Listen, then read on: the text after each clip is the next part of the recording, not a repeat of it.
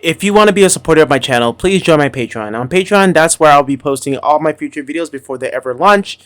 You'll also be accredited at the end of every video for being a supporter and helping me with my channel and giving me time to create more content. With that, you'll also get access to all my homework during my mentorships, so you can see what I've done. You will get my clip studio paint files of any of my artwork and projects that I'm doing, so you guys can really see how I set up my layers and also future worksheets that I am planning on making. All my educational content will be airing on Patreon before ever touching YouTube. So join Patreon, become a supporter, and thank you very, very much if you looking poses. Okay, right here. Upper left. Upper left. Yeah, there's some. Yeah, yeah. This is more of A little bit lower down. Oh, right here. Right, right. Oh yeah, I see. Yeah. Yeah. So it's very human-centered. There's an animal there, I see. Yeah. Acting. Yeah. And then then you have the action boards on the right over here. The action boards. Yeah.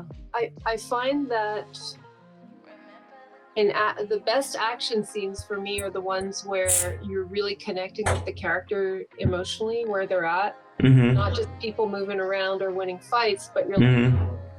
if something happens that's not going the way the character wants, that you can kind of see his reaction and see on his face, like, oh no, and you see him thinking, what am I going to do next? And that kind of really help you with that kind of stuff in the acting. And of course, all the action, you can keep drawing, keep with the gestures and exploring and developing, better skills at like drawing a character from any angle and position. I think for me, my perception of anime is that the themes are great, the storytelling is great, and in the acting, it's just more stylized. Yeah. And so there's maybe like where you might have a range of 100 facial emotions in like a Disney film. You have like in anime, you have like maybe like very few. Yeah. Yeah. Does that make sense? Yeah, that makes sense, because I think of Disney more like liquid animation, because everything's so fluid, and then for I guess anything outside of that, it's more of I don't know, not as squishy. It's kind of dialed back.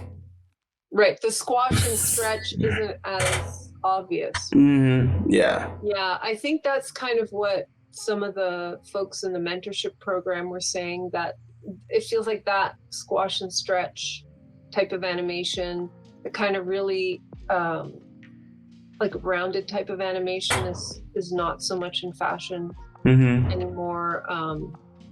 And here we are talking about animation, and I guess you're wondering, like, what does copying all these animation poses have to do with storyboarding? And if you like, I can talk to you a little bit about my perspective on that. Yeah, sure. I also have my own thoughts when it came to it. What was your perspective on it? My perspective was on the character acting. Like the way how you can exaggerate the forms, facial expressions, you can get more out of a scene with like how like it's depicted. And that's what I mostly got from copying from the old style stuff. Right. It's all about storytelling, right? Yeah. And then you're gonna pick the one, or like, let's say an animator does 50 key poses in a scene. You might only need 3 of those poses to get the same message across. But the important thing is that your poses you're choosing are telling the story. Yeah. Right. And then that happens when you can look at the drawing, imagine the animation. Yeah. And look at that one drawing and imagine like what that character's feeling at that moment. Yeah. So I feel like you you're really you're making a lot of progress in this, and doing really, really well with like the fluidity of it. I feel is like loosening you up in a way, drawing wise. Yeah. You feel that? Oh yeah, then most definitely. Yeah, and so like being in that world is pushing you to be looser in your drawing, so then when you take it back to animate characters, you're gonna have like more fluidity in the drawings, like better line of action, like more expressiveness, and that east meets west thing may be going on a little bit more. Yeah.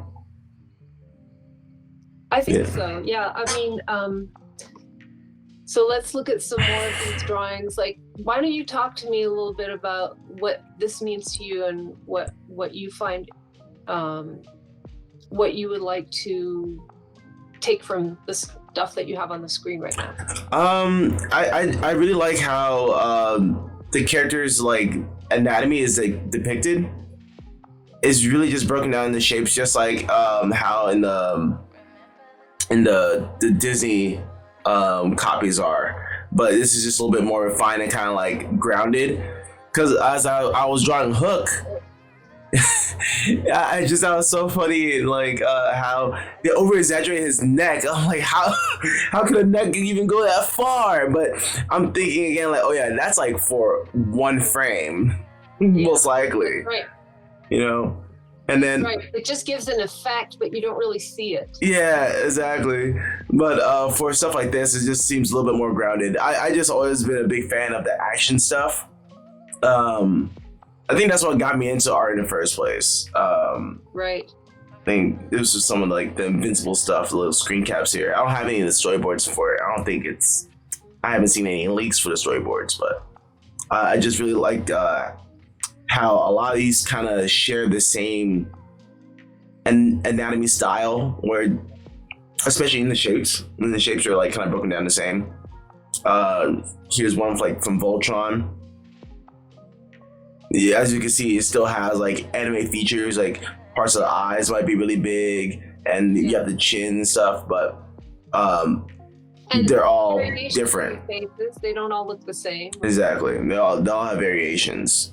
No, this stuff looks great. And I can see, and the way the costumes work to kind of really delineate the shapes. Yeah. You've got the knees is like a really clear, like you don't have to guess kind of where the knee is. It's kind of like everything is kind of solid and all there. Exactly.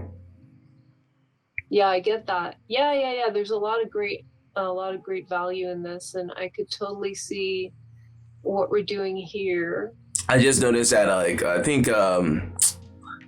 Legend of Avatar came out first before Legend of Korra, this current example. So this is kind of like the sequel or the spin-off to the original animation. And then what I started to pick up, understand, and like and see is that a lot of other I guess companies were doing the same thing.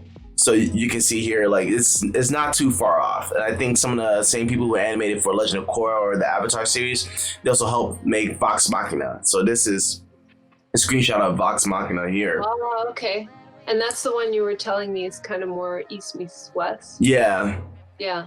So you can see like there are some like anime features here, like really big pupils. Maybe like when you see the animation, you can see the action of it. Yep. Oh, here's a little character sheet right here.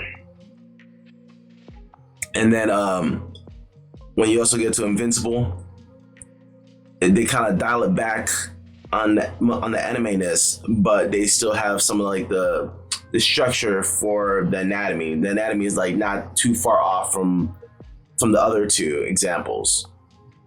Right, there's almost a bit more anatomy. Like the jaw isn't just a point. It's like, it's way more defined in some ways, you know. Yeah. So when I started noticing that all these like new shows that I'm like watching, and I'm like, damn, this is really cool. I love all of this. I would love to work on this. And I see like this is like the same style, like somewhat of the same style that everyone's like working in. And I thought this would be it would be beneficial if I mastered that one style, maybe Legend of Avatar or Korra first, and then I can make those slight tweaks for the new up and coming shows that come out. Right. Yeah. Because it feels like it's going to be the same shape language, at least with the characters. Yeah, exactly. And of course, the big part that we haven't even started to deal with is cinematography. For me, like when I look at Arcane, for example, I see a lot of really great cinematography, and I wouldn't mind if that's a show that you like, taking that as an example and kind of doing some film analysis with that. Yeah. Oh, maybe. Well, I think this is kind of like too like super stylized, but maybe like Into the Spider-Verse too. Oh yeah. Okay. Why don't we do that then? Why don't we start the film analysis and maybe some more. Why don't we take Into the Spider-Verse and start doing like reverse storyboarding it and studying those characters? Yeah, I would love to do that. Yeah. Okay.